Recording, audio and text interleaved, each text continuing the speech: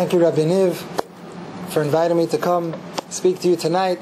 It's so beautiful to see how all of you come out on a Sunday night out of your busy schedules and to come and to grow in Torah and to grow in Avodas Hashem. All of you and CHAZAQ, it's beautiful to see. You should continue your great work and inspire everyone together until Mashiach comes, Meher B'Yameinu.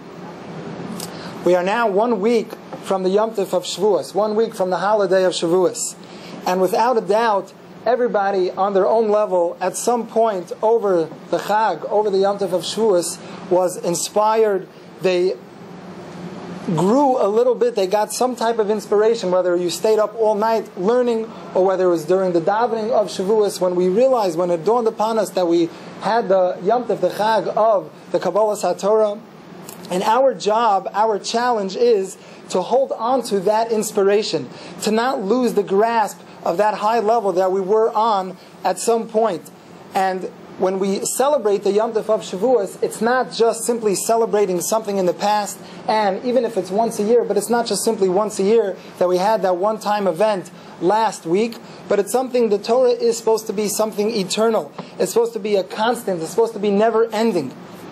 And that is supposed to stay with us. And the same feelings, that high feelings that we had of the Torah, Kabbalas HaTorah, accepting the Torah last week, is supposed to stay with us day in and day out, and not leave us.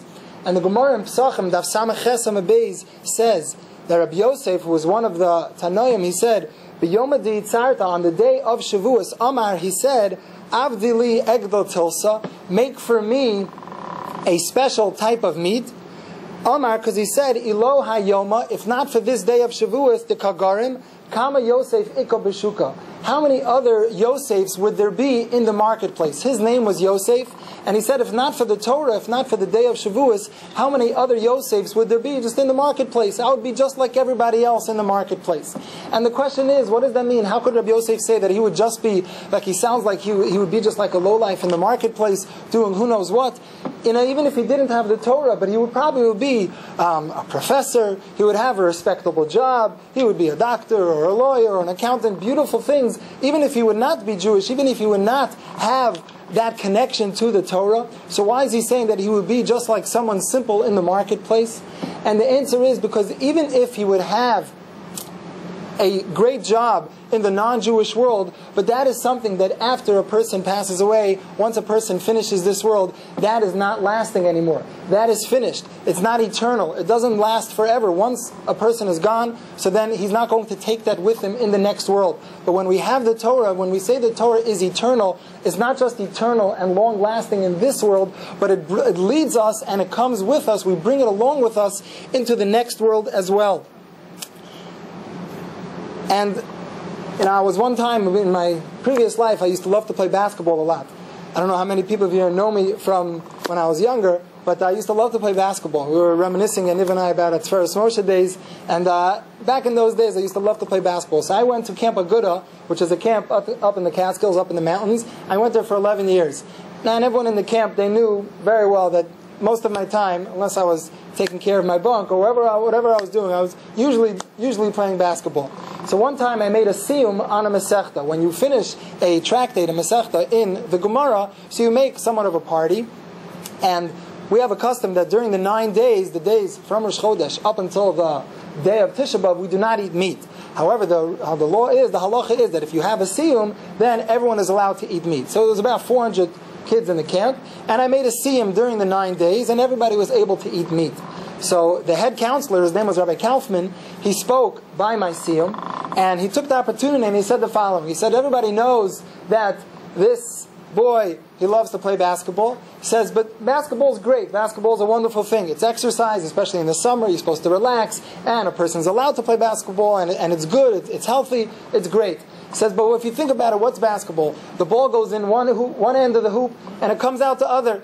And it's it. It starts, it's finished, it's over in a moment. He says, but now we know that the Torah, this boy he was talking about, Eliezer Krohn, he knows that basketball is nice, but when you learn Torah and when you have something that's eternal, that's not just a fleeting moment, that's something that's going to stay with you forever. And that made a very big impression on me. There's an expression, time well spent. So, you do something and you say, oh, that was great, that was time well spent. Anytime you come, whether it's to a CHAZAQ event, or whether it's learning one-on-one, whether it's learning Gemara for the men, to a shir, any time you spend in Avodas Hashem, in spending time in Torah, that is what we call time well spent. I could promise you there is nothing greater than spending time growing in Hashem, listening to a shir, growing in Torah. That is something that even once those minutes are over and you go back home, that is something that you have in your pocket. That is something that is going to stay with you forever. And because of this, the Klei is one of the leading commentaries on the Mikros Kedolos, on the Chumash in the Mikros Kedolos, and he says, he lived in the 1600s, he says in Parashas Emor, in Perach of Gimel, Pasuk Tazayin, he says, if you notice, the Torah never says the date of the holiday of Shavuos. Now we know that the holiday of Shavuos is on the 6th day of the month of Sivan. We count 50 days, 49 days, the 50th day from the 2nd day of Pesach. So we know that it's on the 6th day of Sivan, but it's actually a disagreement in the Gemara which day it is exactly. It is the 6th of Sivan, is it the 7th of Sivan? And the Klei wants to know, why doesn't the Torah just tell us? Why doesn't it say explicitly what the day of Matan Torah is? This would be so simple. We would just know. Why do we have to have a disagreement about it in the Gemara? So the Klei says this exact point. He says, we know the Chazal say, Rashi in Parshas Yisro brings it, that every day the Torah is supposed to be with us kichadoshim. It's supposed to be fresh. It's supposed to be new. It's not just a one-time event. Every day the Torah is supposed to be new for us. When we come to a shir, I went to a shir last week. Why do I have to go again to a shir this week? Every day is supposed to be new. We open up a Gemara or something when we learn. Every day is supposed to be fresh and it's supposed to be new. So says the Klei, that's why the Torah doesn't limit the day of accepting the Torah to the 6th of Sivan. Because if it would say a specific day, then we are limiting it to that day. It's supposed to teach us that the Kabbalah Torah as if it's every single day. So we don't want to limit it to a specific day. The same way it's eternal, it's supposed to be fresh every single day. We all like everything fresh. We always want everything to be fresh, everything to be new. And then when we love something, that's the way it really should be. Besides being in Camp Aguda for 11 years, I had the schus, I was very fortunate. I learned in the Mir Yeshiva in Eretz Yisrael for 8 years. And could be, I'm sure, it's a yeshiva that some of you have heard of. It's in Jerusalem, in Yerushalayim, Yeshivat Mir. So, I don't know how many of you know, but down the block from the Mir, I was together with your son in the Mir, I believe, down the block from the Mir there's a bakery. Now this bakery, they sell danishes, but the danishes that they sell, they're never fresh. They're always made yesterday. They were never baked today. They're always made the day before. They're always made yesterday. So I had a friend of mine, he went in there one day, and he says, can I please have a Danish, but I want a Danish that was baked today. So he said, sure, not a problem, come back tomorrow. So my friend came back to the Dira, to the apartment, and he told me the story, and we all got a nice laugh about it, but it was a great lesson that we know we all want something fresh, and something that's important to us, like Danishes, we want it fresh. We don't want it, from yesterday, with the old. And the Torah is supposed to be the same exact way. That we're not supposed to say, okay, we had it yesterday already, now I'm just continuing the same Gemara, the same Torah, the same Shir. No, every single day is supposed to be something new and something special. And because of that, every single day, when we wake up, we say a bracha on the Torah that we learn. And that bracha we say is la'asok b'divrei Torah, to engross ourselves in the Torah. Now we say this bracha every day, even though we said the bracha yesterday, we still say the bracha again every single morning. And the Shulchan Aruch says, Maran Bet Yosef in Shulchan Aruch, he says in Siman Mem Zayin Sif Yadalad that women also, they make this bracha of la'asok b'divrei Torah. You open up the siddur, it's there in the beginning. If a person can't read it in Hebrew, they could say it in English. But every day, a person is supposed to be saying that bracha. Now, there's a big discussion. Are they obligated to say the bracha? Or does the Shulchan Aruch, does he just mean that they can say the bracha? But definitely, it's a very important thing to daven every single day. And at least, even if we don't have the time, there's a big discussion amongst the poskim, amongst the rabbinic authorities. A lady who is very busy, she has a job. Men have to daven every day. But for women, how obligated are they to daven? If they're taking care of a family, they're taking care of children, they have a job, they're running out, how much are they obligated to daven? And yes, there is what to rely on, that if a woman is very busy with family chores around the house and things that they can't take care of, then there are poskim that say they do not need to daven. However, the poskim do tell us that at least the Birchas HaTorah and the Birchas HaShachar, the first few prayers, the first few pages in the Siddur, that they should be able to find time to say. It does not take too much time. It takes 2 or 3 minutes. I do believe everyone should be able to find the time to say that. And included in that is that bracha, is that blessing of Lasok B'divrei Sorah. And we say that every single day. And there is an amazing Chavas Yair. The Chavas Yair lived in the 1600s. He was one of the early Achronim. And the Chavas Yair is brought in the Siddur Otzer HaTfilos, in the Pirish, in the commentary that's called the Eitz Yosef. And he brings the Chavas Yair and he asks the following question. And this is a question that a lot of commentaries ask. Why is the phrase, the blessing, La'asok B'divrei Sorah, to engross ourselves in the Torah? Why doesn't it say Lilmod Torah, to learn the Torah? Isn't that really what it's supposed to be, to learn the Torah? What does it mean? Why are we saying Lasok, to engross ourselves in the Torah? The Chavas Yair says something incredible. He says that when we're making this blessing over the Torah, it's not only on the learning of the Torah, but it's all other hardships that go into being part of the Torah. He says a lot of times people don't have time to learn Torah, so they work. And then with the money that they make, they donate money to Torah. They donate money to a yeshiva, or to a kollel, or to a synagogue, to a shul, or to CHAZAQ. Any money that you work on and you work hard for, that is called working hard for the purpose of Torah. And it says the same idea with, let's say you're coming here tonight, and we all know how hard it is to park on 108th Street, so you had a very hard time finding parking. So you feel it's such a waste, I had to go through such a hard time just to find parking. That's all included in the bracha of Lasok B'divrei Sorah. It's not just, okay, it's not a waste of time. That's all included in the blessing. Maybe if you do that itself, it wouldn't warrant a special blessing by itself. But included in the Torah is the hardships. When you take your kids to carpool, or you let your husband, as Rabbi Yaniv mentioned, you let your husbands go out to learn, or you encourage your sons or your grandchildren to go out to study Torah, that is all included in the bracha of Lasok B'divrei Sorah for men and even for women. So when a woman makes this bracha, they may think, how does this blessing have a connection to me? But any hardship that a person goes through that is involved for the purpose of Torah, that is all included. And you all have busy schedules, and still you come out to a class, to a shir. That's why you also be so proud of yourself. And the blessing that, if and when you said the blessing of Lasok B'divrei Sorah, that is all included in saying this blessing in the hardships of working hard for the Torah. I'll tell you a personal story. Again, Rabbi Yaniv and I were reminiscing about our days in Tiferes Moshe. So when I was in the 5th grade, I was 10 years old in the 5th grade, and I had a Rebbe, his name was Rabbi Schweitzman. Now, he's not a Rebbe anymore in Tiferes Moshe, but I do not know where he is. Maybe I should give him a call and tell him that I mentioned him in a speech. But Rabbi Schweitzman, he was my Rebbe in 5th grade. Now, in the beginning of the school year, we have the holiday of Sukkot. We have the vacation, and we had a couple weeks off for the Yom Tov of Sukkot.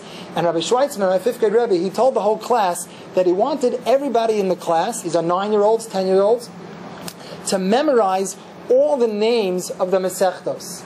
Now, the Masechtos, there are 63 Masechtos in the Gemara, Brachos, Peah, Dmai, Kalayim, and there are 63 of them. All of them have Mishnayos. Many of them have Gemara as well. But just the names. He didn't want us to memorize all the Mishnayos or the Gemara, but just to memorize the names of the Masechtos. And that's a lot. Now, when I was at the age of 9 or 10 years old, so it was around 1986, so I knew the whole lineup of the New York Mets, the 86 Mets at that point. I knew the whole team. But the 63 Masechtos, that I figured, there's no way. How many? 63 in order, not just the regular, just the names of the Masechtos. In order to memorize the 63 Masechtos, I figured, there's no way. So I went to my father, Rabbi Niv's good friend. I went to my father, and I said, my Rebbe wants us to memorize the 63 Masechtos. It's impossible over just a short vacation of a week or two. He says, it's not a problem, you're going to do it. I said, how am I going to do it? How am I going to memorize? He says, you'll make a song. You'll make a song out of the Masechtos. I'll teach you a song that you know, and instead of the words to the regular song, we're going to put the words of this song are going to be the Masechtos. So fine, it sounds like an interesting idea. I figure we'll try it. So we went to Eretz Yisrael. For Sukkot, we were going to Eretz Yisrael. That was the first time I went to Eretz Yisrael, to Israel. And my oldest sister was in seminary at that point. So at that point, we went to Eretz Yisrael for Sukkot. My parents figured it was a nice opportunity to go visit my sister in Eretz Yisrael, and to go, the family Sukkot is a beautiful time. For those of you who have been in Eretz Yisrael, at any time is beautiful, but for sure, the holiday of Sukkot is a beautiful time. So on the plane, I sat next to my father, already on the plane, we polished off Zroim and Moed. There are 6 Sedarim to the Mishnayos, Zroim, Moed, Noshim, Nezikim, Kachim, and Taras, and the 63 Mesechtos are included in that. Already on the plane, we polished off Zroim and Moed. And I knew by heart already Zroim and Moed, and already by then, I was a believer that this was possible. And I was singing the song of all the Mesechtos of Zroim and Moed, and of course, throughout the whole vacation, we were in Eretz Yisrael, we were visiting my sister, I was singing the songs the whole time, and eventually I was able to memorize all 63 Mesechtos. Now, not only was I able to memorize it, but because I was singing it the entire time, but my sister, who was in seminary at the time, she was, I guess, 18 or 19 years old, she got to memorize a lot of the Masechtas as well. And not only that, a little bit later on in the year, one of her teachers in seminary, she went to BJJ, so they mentioned one of the Masechtos, I think it was Bechoros, and the teacher said, I'm sure none of you know what Bechoros is, and my sister said, sure, it's a Masechta in Kachim. And like the whole this Rebbe was blown away. Like, how do you know? She said, no, yeah, sure, I know a lot of the Masechtos. And because of that, I knew all the Masechtos. And those Masechtos became such a part of my life. And I felt like I had such a connection to the names of the Masechtos. And every time that I saw one of the Masechtos being quoted, or I wanted to start learning that Masechta, I didn't feel like it was foreign to me. I felt like the Torah was mine. And I felt the Gemara was mine because I had such a connection to it. This is something that belonged to me. It wasn't just names that I never heard of. It was something that I felt such a close connection to. And that's something also so important, that you have to feel such a connection to the Torah. And for sure, for the men, to know the Parshios, like so we have the children memorize all the names of the Parshios, to feel that they have a shaykhis to it, to feel that they're one with it, and to feel connected to the Torah that's ours. That story took place 25 years ago, when I was in about 9 or 10 years old. My sister, who then was in seminary, grew up, and she got married. Can I know her? She has a big family. 2 years ago, 23 years later, 2 years ago, she made a bar mitzvah for one of her sons. And my nephew is a very good boy, not prejudiced at all, but he's a very good boy. And for his bar mitzvah, 13 years old, he finished all of the Mishnayos of all the Masechtas. He finished the Mishnayos, not just the names, but he learned all the Mishnayos. And he made a beautiful siyum by the bar mitzvah on all of the Mishnayos, which was bar mitzvah, which is pretty incredible for a 13-year-old to finish all of the Mishnayos.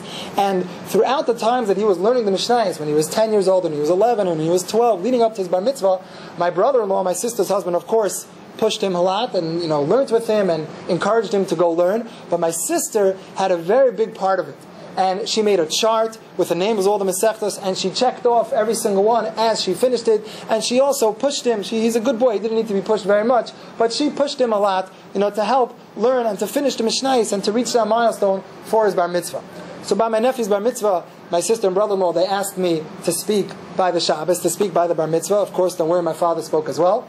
But they asked me to speak, and I got up and I said, Mazel Tov on the Simcha, it's so beautiful, and it's so special, how this boy, a bar mitzvah boy, he finished all of the Mishnayos, special for his bar mitzvah, but I want to tell you that I deserve all the credit. And everyone is like, well, you, I'm saying, like, well, why do you deserve credit that he finished the Mishnayos?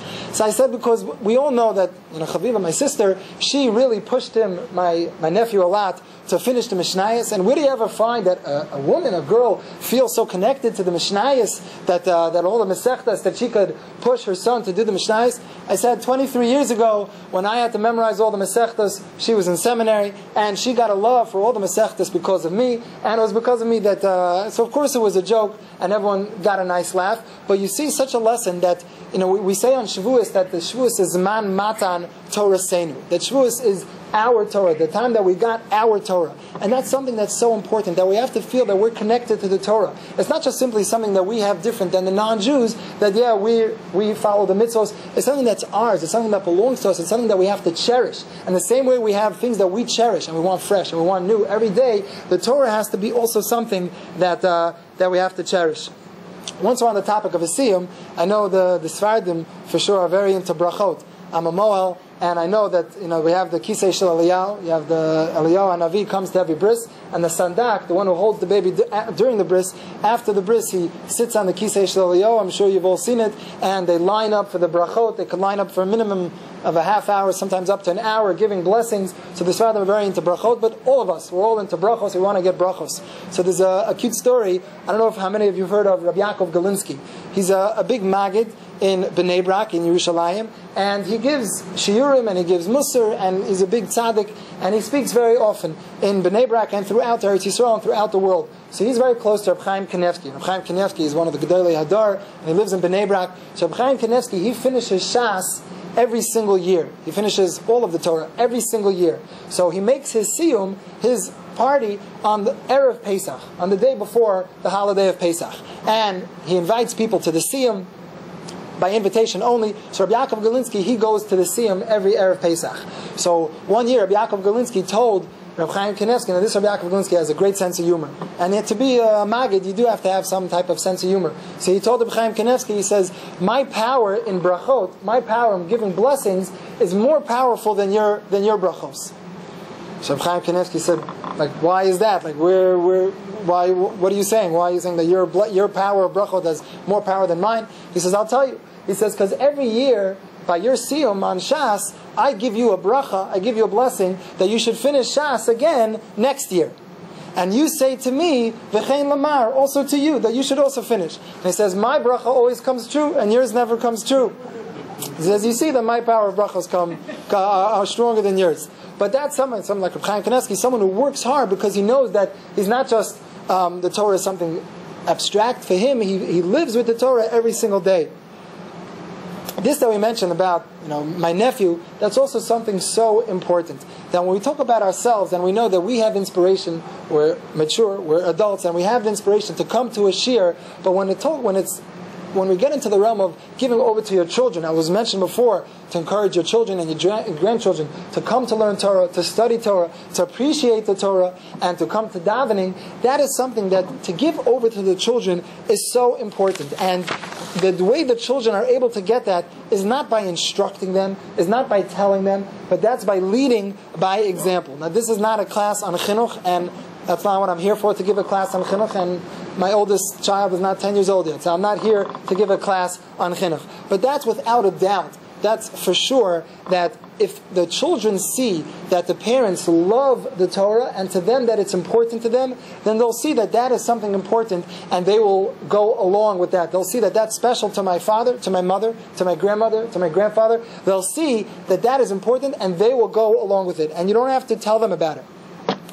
I know by my own children, I have this chus, I teach classes in Pesach, Clifton, I teach in the Beis Yaakov, and I teach the halachos of brachos, and I teach the halachos of Shabbos to single girls and to married women. It's a special opportunity that I have to teach halacha in the neighborhood and in a number of places. So, to my students and to the women that come to my classes, to them I instruct. But to my family, I don't give instructions. They just see how my wife and I deal in the kitchen and in the laws in the house. They see what just goes on. And just a few weeks ago, one of the halachos that I teach, the halachos of borer, of selecting, of sorting on Shabbos. On Shabbos, how you're allowed to do that? By food, by non-foods. So, a couple months ago, I was playing chess with my son, and after the end of the game, all the black pieces and the white pieces are off to the side, and we wanted, and the board, the box that it came in, it was separate, the black pieces and the white pieces. So we were about to separate the black pieces and the white pieces. Now that's doing it for later. So we're not going to get into the details of why that's not allowed, but I knew I wasn't able to separate the black and white pieces, and my son, who's only 9 years old, he said, oh, we can't sort it, right? And he's 9 years old, and he's not the biggest tzaddik in the world. I could testify to that. But he's a good boy, but he sees that this is something that's important to his father. We worry about the halachos of Shabbos, and that's just going to come naturally. Of course, he doesn't know all the halachos yet, but that's just going to come naturally if they see that in the house. I teach Hilchos Brachos. My daughter, who just turned 8, whenever she takes a cookie, she wants to know, is this a kazayas? Because she wants to know, do I need to make a bracha achrona, and after bracha? So the halacha is, if you're not sure if you ate a kazayas, the best thing to do is to eat more cookies and to eat more and more. So it's usually not a problem. A lot of people don't have that problem. Did they eat a kazayas or not? They know for sure they ate a kazayas. But that's something that if you see it around the house and you see that it's important to them, and you see that it's important to you, they will know that that's important and they will go along with it. If you have your children davening next to you in shul, you don't have to tell them, oh, look inside. If they see you davening, they'll know that that's important. They could be spacing out. They're children. They're allowed to space out. You don't have to tell them. They see that you're davening with kavanah and not talking during davening, then they'll see that that's what's important. And that idea to give over the love of the Torah, that's something that's so important, that we need to love the Torah, like we were saying before. Not just enough to follow the mitzvos, which definitely is the most important, to go along with the halacha and to learn the Torah and to pray and to feel connected, but to love it and to feel that we have such a connection. As I mentioned before, I had the special schus of learning in the Mir Yeshiva in Eretz Yisrael for 8 years. Now the Rosh Yeshiva of the Mir, who passed away within the last year, I'm sure many of you have heard of him. His name was Reb Nosson Tzvi Finkel. Now, he was somebody who a lot of people have heard of, but it could be in America, some of you perhaps have not heard of him. So I'll just tell you a little bit about him.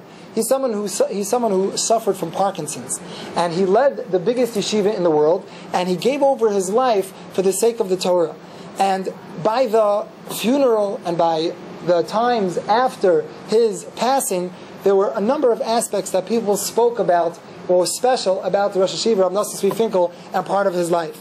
And what people spoke about was his Mesiras Nefesh. He had a terrible case of Parkinson's disease, and he refused to take the best medicine for this disease because he knew, the doctors told him that if he would take the best medication, it would cause him to forget his Torah study, to forget his Torah learning, and he didn't want that to happen. So he took medication, but he didn't take the best medication. And he gave over his whole body for the purpose of the Torah. I know myself that the first time I met him, I waited online for over an hour to take a test by him, and I came in waiting outside in the hot sun. In Israel, those of you who know, it could be very hot, waiting in the summer. I waited inside, I came inside, he was laying flat on the couch, he had no strength, he was shaking, he was just laying flat on the couch, and the way I said over what we call a shtickle Torah, when I said over my piece of Torah to just simply try to impress him and to get accepted into yeshiva, I had to sit on a chair, and I leaned over and I whispered it to him, and he stopped me after 20 seconds because he had no strength, and there were tens of other boys waiting online after me, and there were tens of people before me, and he was just his giving over his Mesiras Nefesh and pushing himself for the Torah. He gave a speech every Friday afternoon, and for the 3 years that I learned there before I was married, so I used to sit right next to him, and he had no control over his body. His knees would bang against my knees. I could still feel his knees banging against my knees. He had absolutely, and that's why I had the best seat in the house, because I was the only one. I was on his right, and a friend of mine was on his left. His knees would bang against my knees, and it was just, I cherished it the whole week, waiting just for his knees to bang against my knees, just to see how much he gave over for the Torah. That time when I came in to have my test for the Faher, to get into the yeshiva, so that was his time. It was that time of day for him to take his medication, and it was just a learning experience.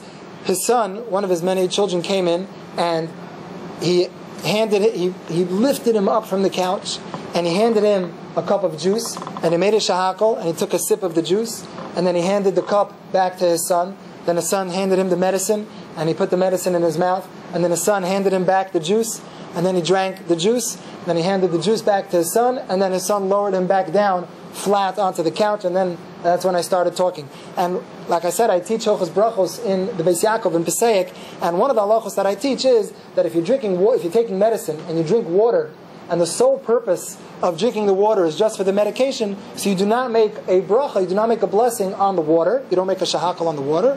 But if you're drinking with the medication, you're taking juice or soda, so then the halacha is that you do make a CHAZAQ. So whenever I teach that halacha, I say over this story with the Rosh Yeshiva. I try to say some stories. I have a lot of stories at my disposal, and I try to get some stories into teaching halacha. It's not always so easy, but this one, whenever I teach this halacha to my girls, so I teach them this story. I tell them this story because I saw that the Rosh Yeshiva, he took some juice and he made this blessing. But that's one thing that they always talk about with the Reb Nosson Tzvi Finkel, was his giving his Mesiras Nefesh just to be a holy Jew for the sake of the Torah. The second thing that they talk about by him was his love for every student, his love for every Talmud in the yeshiva. The Mir Yeshiva, those of you know, there was 5,000 students when I was there. Now they say there's 6,000. I left there already 6 years ago. So in my time there was approximately 4,500, 5,000 students. And he loved every single one of them. I remember specifically after I was married, I was learning, and there's many buildings. They have 6 or 7 buildings already, and in each building there's different rooms, different beis medrashes where people learn. And I was in the main building, in the main beis medrash, and there was an earthquake. And it was very rare for there to be earthquakes in Yerushalayim. And there was an earthquake. I could still picture the Mir building shaking. I could still picture it shaking. I remember I heard a boom, and then the whole building shook. And I remember just looking up to the top right corner of the building, of the room, of the beis medrash, just shaking. And of course there was pandemonium. Everyone started stampeding out of the Beis Medrash until people realized what it was, that it wasn't a bomb or anything, it was just an earthquake, and Baruch Hashem, nobody was hurt, and everyone calmed down. 2 minutes later, the Rosh Hashiva was in the Beis Medrash. He doesn't learn in the Beis Medrash every morning, but 2 minutes later, someone called him, he came in, and he sat with us. He opened up a Gemara, he opened up a Chumash or something, and he sat and he learned with us, to show that he's with us, that nothing's going to happen, I'm here, and if something does happen, I'm with you, just to show that he's connected to us and that he loves us. That was another thing that everyone spoke about. And the third thing, which is why we're bringing it in, is how much he loved the Torah. He loved the Torah so much, he was sick for the Torah. He couldn't live without the Torah. And like I mentioned before, one story that I witnessed firsthand with him, we're talking about loving the Torah and feeling a connection to it, that I mentioned that he gave a class every Friday afternoon, and that I made sure to go for 3 years. I didn't miss 1 week for 3 years every Friday afternoon. Now, we mentioned how it's normal for there to be hot in Israel, and it's not so common for there to be earthquakes. It's also very infrequent that there's a snowstorm in Yerushalayim. But every once in a while you have a big snowstorm. Now when there's a snowstorm in Yerushalayim and in Jerusalem, the whole place shuts down. Those of you who have been there during a snowstorm, the whole city shuts down. The buses don't go, and the stores all close down. The whole place stops. So this time, there was a huge snowstorm. Now, people didn't know what to do with themselves. Not only was there a snowstorm, but there happened to be that year there was a snowstorm on a Friday. Now, Friday in the Mir Yeshiva, I don't think it's like that anymore, but in those days when I was there, the Mir Yeshiva is off on Friday. There's no yeshiva. You don't have to come to yeshiva.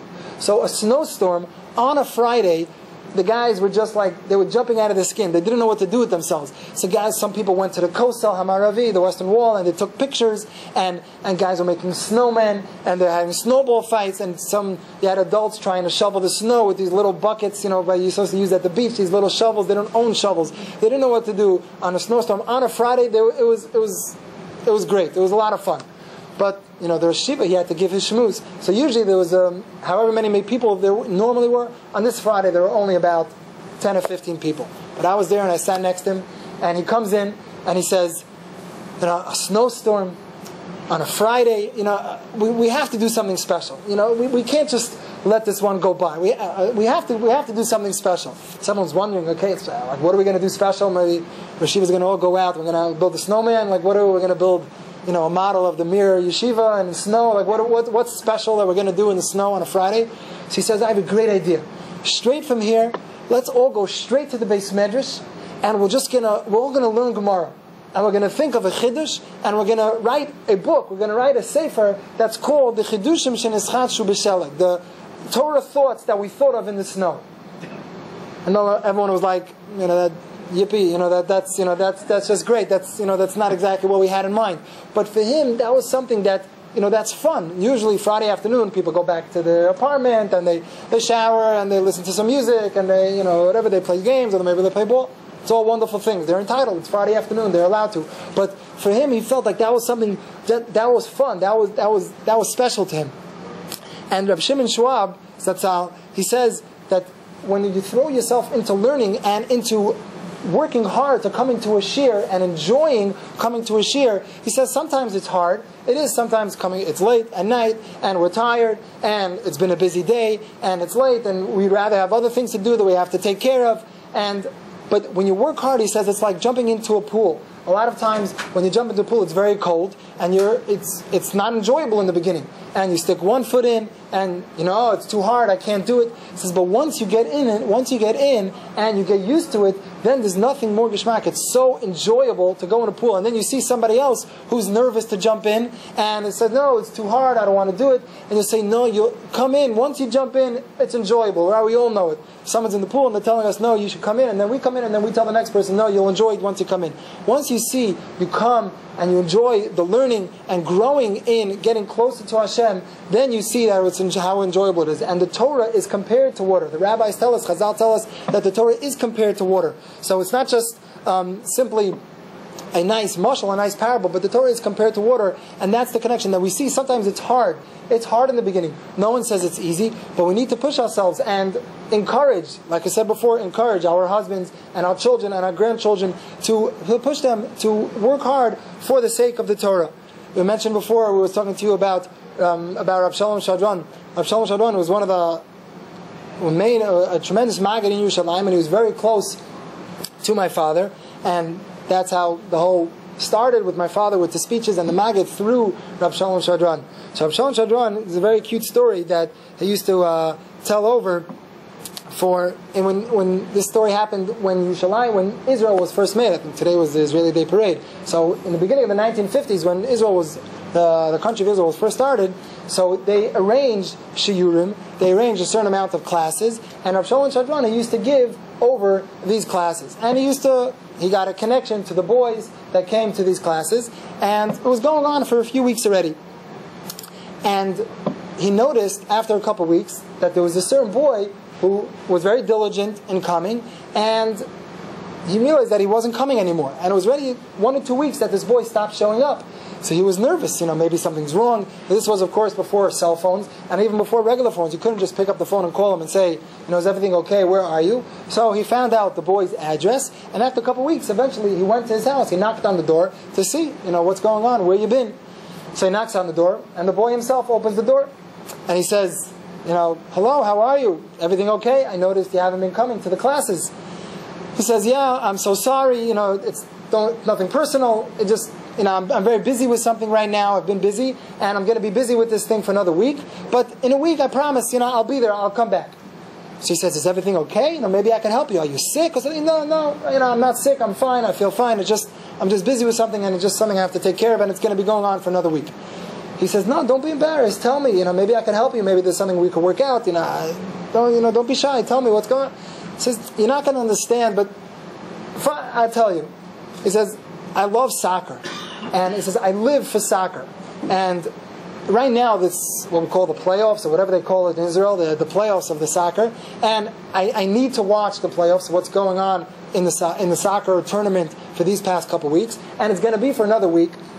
And I can't come to the shiurim right now. The time of the shiur is when the games are on. And he says, I can't. I feel terrible, but I just can't come. So he says, so Rabbi Shalom said, what's soccer? What's it all about? Maybe explain it to me. I don't understand what you're talking about. He said, you're not going to understand, but I'll explain it to you. He says, you have a ball, and there's a goal, and there's 2 teams. There's, let's say, 6 or 7 guys on each team, and you have to kick this ball into the net.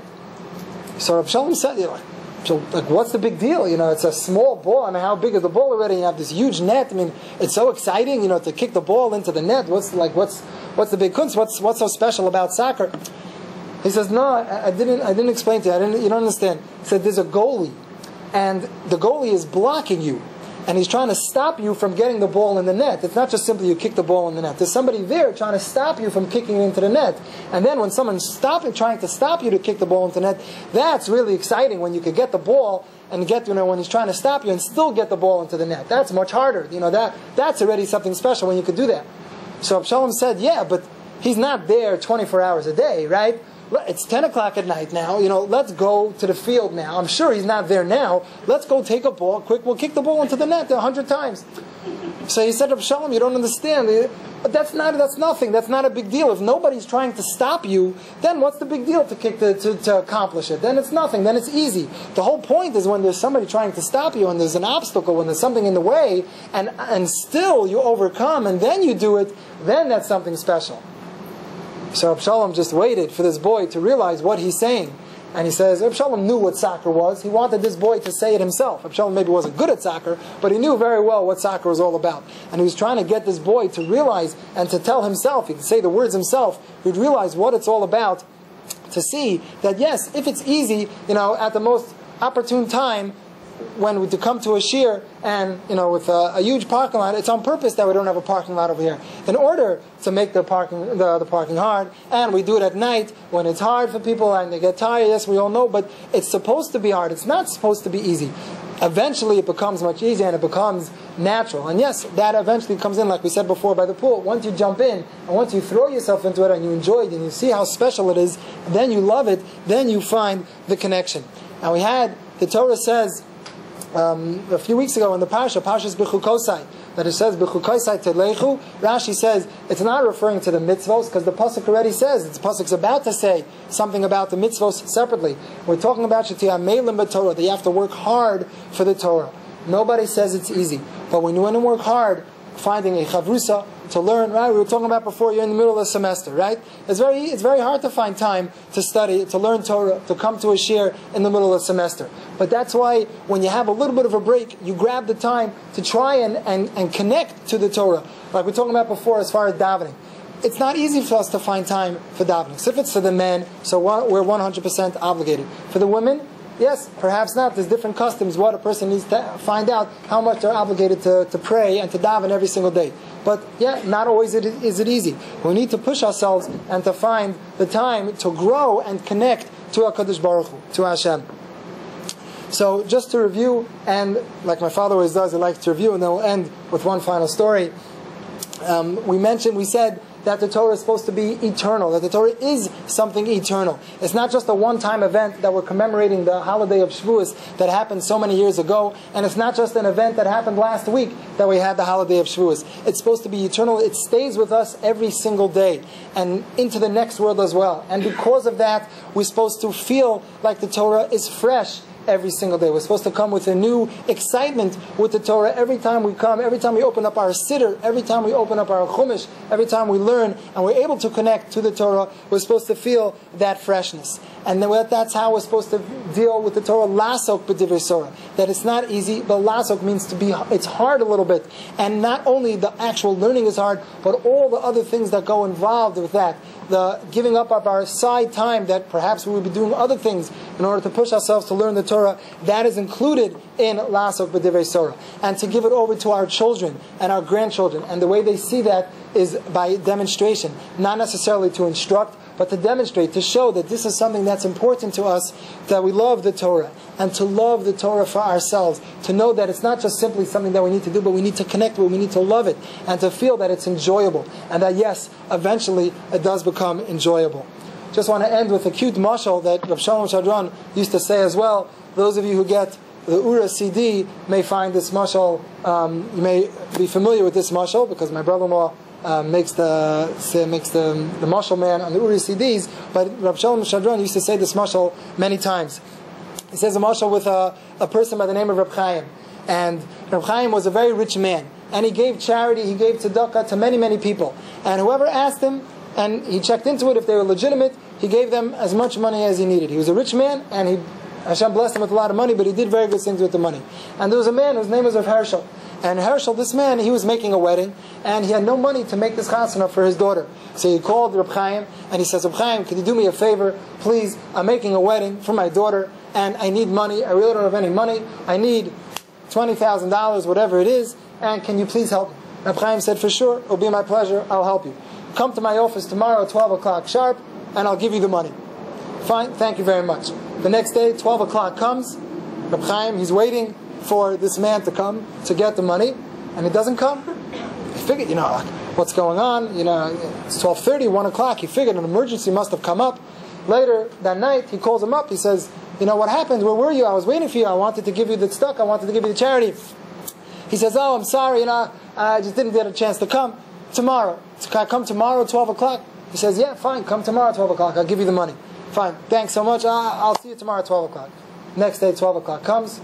He's waiting. It doesn't come. 12:30, 1 o'clock. Another accident. Something must have happened. Like, what's going on? Like, I'm offering to give you the money. Like, how come you're not coming? What's going on? He calls him up that night. Where were you? He says, oh, yeah, right. Oh, I'm sorry. Yeah, I was supposed to come. Something. I got busy with something. Tomorrow. I'll come tomorrow at 12 o'clock. Fine. Same thing happens the next day. 12 o'clock. Nothing. 12:30, 1 o'clock, 1:30. The night he calls him, he said, listen, forget it. I'm not giving you the money anymore. I can't wait for you every day at 12 o'clock. If this is important to you, you would come. If not, then I can't deal with you anymore. And Rav Shalom says, what's the nimshal? The nimshal is that every morning we daven, those of us who have the chance to daven entire davening, and we say in Ava Rabbah, right before Krishma, we say, V'sein b'libeinu lahavenu lahaska. We ask Hashem to give us the understanding, to have the seichel, to have the knowledge in order to understand the Torah. And we pray to Hashem, enlighten us in your Torah. And then what happens? We close the siddur, we take off our tefillin, the men, we take off our tefillin, we put away the talis and tefillin, and then we don't open up a chumash the whole day, we don't open up a gemara the whole day. So what's going on? We ask Hashem, please give us knowledge in the Torah, give us knowledge in the Torah, and then we don't do anything about it. We go the entire day, and we don't even give an attempt to try and connect to the Torah. Fine, so comes the next day. The next day we pray again, and the angels, the malachim say, okay, now this day he davened again, this day he really means it. He's going to try and connect, and nothing happens. People go to work, they're supposed to go to work, they're supposed to, but we need to try and find time, and then it happens again and again, and that's what Rav Shalom was telling us. That a person, we ask Hashem, we want to connect to the Torah. I'm sure if I would ask any one of you here, do we want to connect to the Torah? For sure you do. But it's just a matter, and I'm sure you all do, from the fact that you all come here tonight. That's why you all should be so happy with yourselves, and so proud how special it is that you're able to come out, because that shows that you want to keep to the Torah, to show that it's Zman Matan Torah Senu, that it's our Torah, and that's something special, and that we feel that it's important to us. So hopefully, Be'ez Hashem, with Hashem's help, we always need Siyata D'Shmaya in all of our endeavors in life, that we push ourselves and we feel that connection, that we want to connect to the Torah.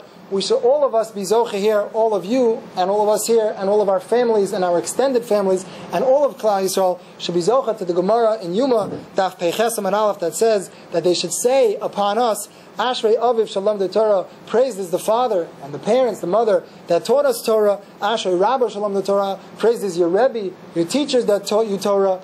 We should all continue to grow in Torah, and we should continue to grow closer to HaKadosh Baruch Hu.